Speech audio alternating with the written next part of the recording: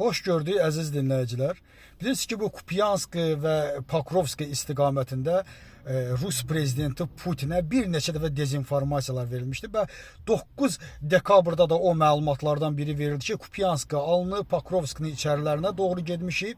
Ama 12 dekabrda ise məhz Zelenski, Ukrayna prezidenti Zelenski Kupiansk'dan bir video çəkdi və bildirdi ki, mən buradayım. Bununla da Rusiyanın həm siyasi, həm də hərbi olaraq Putinə ağır bir zərbə vurdu və onun xarizmasını yerlə bir etdi. Hansı ki general polkovnik Sergey Krovlev adlı bir general, Cənub-Qərb səhv etmirəmsə qoşunlarının rəhbəridir. O məlumat verir ki, biz Kupiansk'da almışdıq və məlum oldu bu günlərdə ki, artıq o general polkovnik ölü tapılıb. Bu barədə Zelenski özü də demiş ki, çox keçməz o general da yoxa çıxar. Elə də oldu.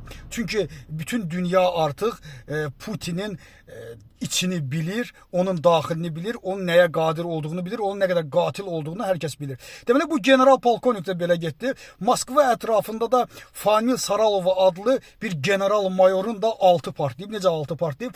Maşında oturduğu sidyanını 6 partlayıb və onunla da uçub. Bu günlərdə 1-2 gün ərzində Rusiyada artıq ən yüksək çinli 2 general yoxa çıxmış və cəhənnəmə vasil olmuş oldu. Təşəkkür edirəm diqqətinizə görə.